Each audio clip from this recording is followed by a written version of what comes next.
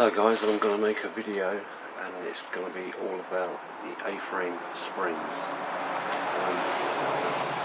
These things are a nightmare, so I'm going to run you through the failure we had when we first attempted to put our roof on. This is what happened. So I'm going to run you through and show you the old springs and the new springs and see the problems that we've got.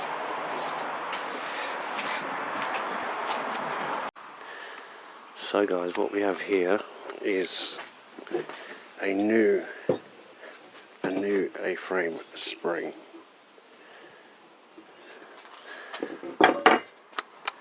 So that's a new one that's going to be going into the van. That's an old spring that come out of the van. Now you can see that that's pretty well straight compared to a new spring. So if I show you with it sat in the van, that's basically what we have. That's an old spring that came out. So you can see the angle of that spring. So we attempted last week to put the roof on using this new spring. What happened was as we went to close the roof, the spring twisted. Now if you can picture, that sits around there somewhere. You can see the damage it caused. The spring actually twisted and split through that. Bearing in mind that these are just held on with 2 pot rivets. So as it was on, it just wanted a twist. So what I'm going to have to do is find a way of stopping these springs from twisting. I think it's a pretty average idea from Avan. I'm sure they could have come up with a better solution, bearing in mind that happened. So we're going to do away with this.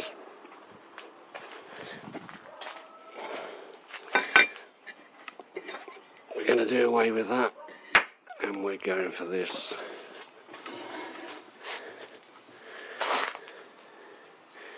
Galvanized steel.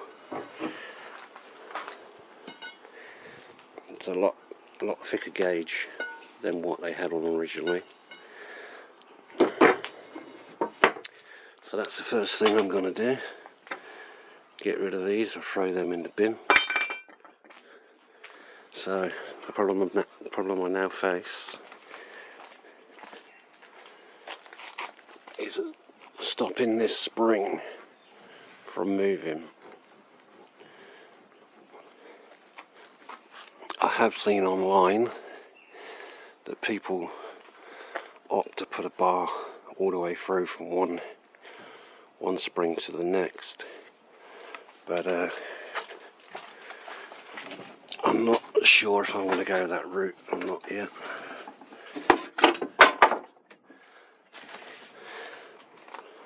But the other thing I did find was not only did it want to twist, it also wanted to dig right in.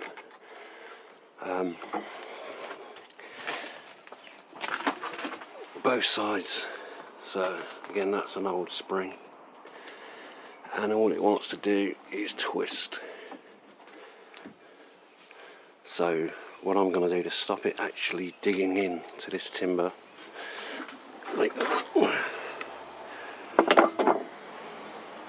I'm going to put a metal plate around here underneath the spring,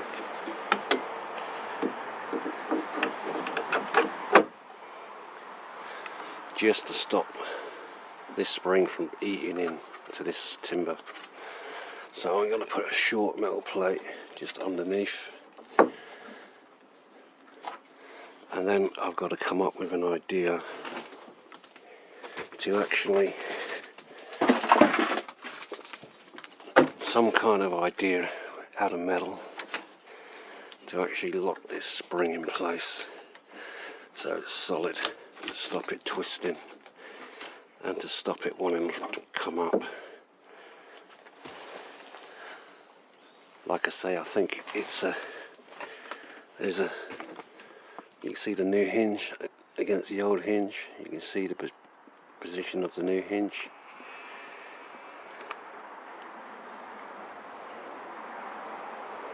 Completely different to the old hinge, spring, sorry, which again is 20 odd years old. So, but anyway, this is my mission, to lock these in tight with no movement. I'm sure Avan could have come up with a better solution than this, to be honest. But after it sprung on us and it did that damage there, I've got to come up with a better solution. So guys, the method that I've come up with, I've glued 2 little metal plates where the hinge will sit down onto, in the hope that it will stop the burring into the timber. So once that hinge is, obviously that's the wrong hinge, but once that hinge is then sat there, I've then got my thicker gauge bracket, which will go up over, and I've also got an extra piece of metal here which will be bolted to the outside of the van, and instead of relying on their method of fixing, I'm actually going to be bolting this through. So that will actually be bolted through the side of the roof, and that I'm hoping is going to give me a lot more strength than what I previously had. Now as for the hinge, wanting to twist, what I've decided I'm going to do, I'm going to get some 30mm round bar to go all the way into one hinge, all the way to lock in to the second hinge. That's round the wrong way at the moment, but it's bloody sunroofs anyway. So in essence, I'll have a bar, round bar, going all the way through that spring, locking in to the second spring to stop any movement. So I shall find out if that's going to work. I'm sure that's got to give me a lot more strength doing it that way. So that's going to be the way I go about it. So guys, today's the day we're going to try and get the roof on. So just showing you the way we've decided to try and get this roof back on. What we've done is we've added a metal tube that's going to run between the springs, because the first time we did it, it was a massive failure. So We've got the bar going between the springs, and I've also added the metalwork to stop them springs digging into the sides as they were before. So that's basically how we're going to go about it. The metalwork there to stop that spring eating into that timber, and the bar. It's added more weight to the van, but we really don't care about that at this stage after the failure that we had the first time.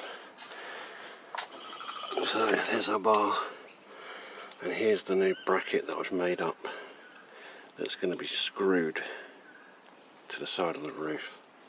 Much thicker gauge, so hopefully no spring is going to snap through that, I hope. So our hope is that bar is going to stop these springs from twisting and popping out on us like it did the first time we tried to get the roof on. So that's what we've decided. Now let's see if we can get this roof back on.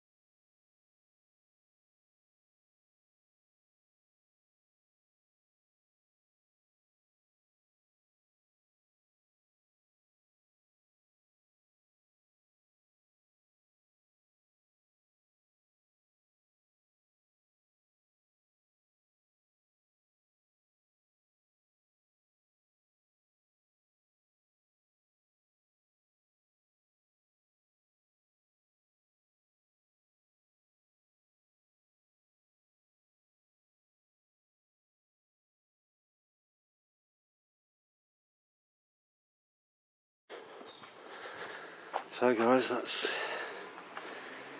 the first half of the roof on.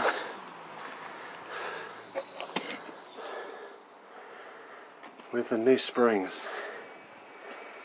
That was under a lot of pressure when I closed that for the first time, but the metal bar did its job. It did exactly what we were hoping it would.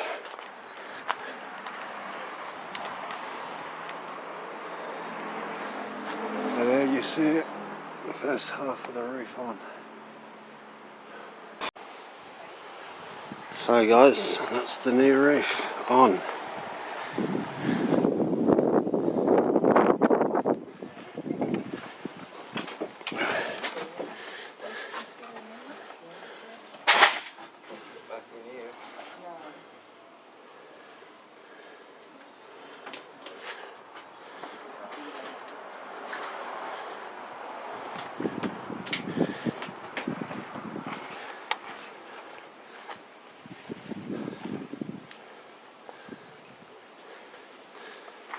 A success.